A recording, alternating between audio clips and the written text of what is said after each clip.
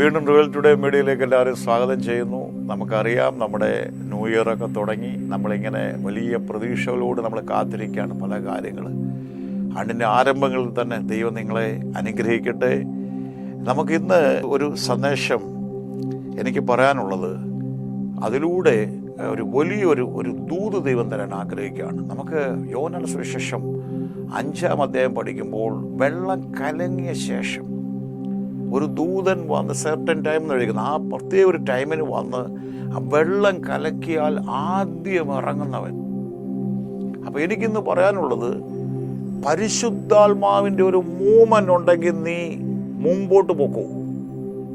ഇന്നാളൊരു കർത്താവിൻ്റെ ദാസൻ, കേരളത്തിൽ ശക്തമായി ഉപയോഗിക്കുന്ന ഒരു ദൈവദാസനാണ്. അദ്ദേഹം പറഞ്ഞിങ്ങനെയാണ്, ഞാൻ ചിലപ്പോൾ ചാടി ഇറങ്ങുമ്പോൾ ആ സമയത്ത് ആരെയും കാണുന്നില്ല, എന്ന് വെച്ചാൽ പരിശുദ്ധാത്മാവിൻ്റെ സാന്നിധ്യമില്ല. പുള്ളി പറഞ്ഞു, ചമ്മയാണെങ്കിലും വെയ്യെ പുറമോട്ടേക്ക് കയറി വരും. കുഞ്ഞുങ്ങളെ ശ്രദ്ധിച്ചിട്ടുണ്ടോ? മാതാപിതാക്കളൊക്കെ ഒരുങ്ങുമ്പോൾ, യാത്ര പോകുമ്പോൾ നിങ്ങൾ ഓടിപ്പോവും, പക്ഷേ അവരെ കാണുന്നില്ല, പിന്നെയും റിവേഴ്സ് കയറിയിട്ട് പുറമോട്ട് വരും.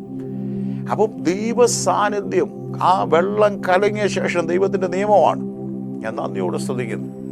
അപ്പോൾ പരിശുദ്ധാത്മാവിൽ നാം ദൈവത്തിൻ്റെ സാന്നിധ്യം, ദൈവം ഉണ്ടെന്ന് ഉറപ്പുണ്ടെങ്കിൽ ധൈര്യത്തോടെ മൂവ് ചെയ്തോളും.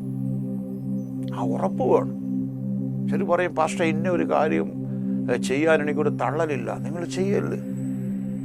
എനിക്ക് ഇന്ന ഒരു കാര്യത്തിന് എനിക്ക് മനസ്സ് വരുന്നില്ല. നിങ്ങൾ ചെയ്യണ്ട. നിങ്ങളുടെ അവിശ്വാസം നിറഞ്ഞിരിക്കുക, അല്ലെങ്കിൽ നിങ്ങൾ സംശയം വന്നു കഴിഞ്ഞു. എനിക്ക് ഒന്നും കാണുന്നില്ലെങ്കിലും അതിന് ചില അഡ്വാൻസ് കൊടുക്കണം എൻ്റെ ഹൃദയം പറയുന്നു.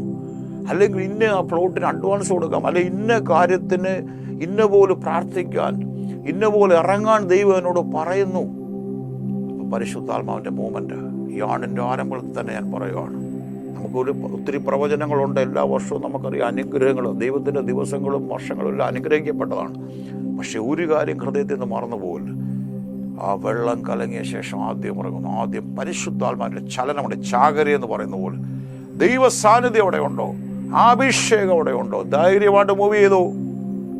Never be put to shame. നീ ഒരിക്കലും ലജ്ജിക്കപ്പെടാൻ ദൈവം അനുവദിക്കത്തില്ല. കർത്താവിൻ്റെ സാന്നിധ്യം ഉണ്ടെങ്കിൽ ധൈര്യമായിട്ട് മൂവ് ചെയ്തു. ഒരത്ഭുതം നീ കാണും, നിന്റെ തലമുറ കാണും. മുൻപോട്ട് അകത്തൊരു തള്ളൽ, എനിക്ക് തോന്നുന്നത് തോന്നലല്ല, ഉറപ്പുണ്ടേ ധൈര്യമായിട്ട് നിന്നു. നീ ലജ്ജിക്കപ്പെടാൻ ദൈവം സമ്മതിക്കത്തില്ല. ദൈവം അനുഗ്രഹിക്കട്ടെ.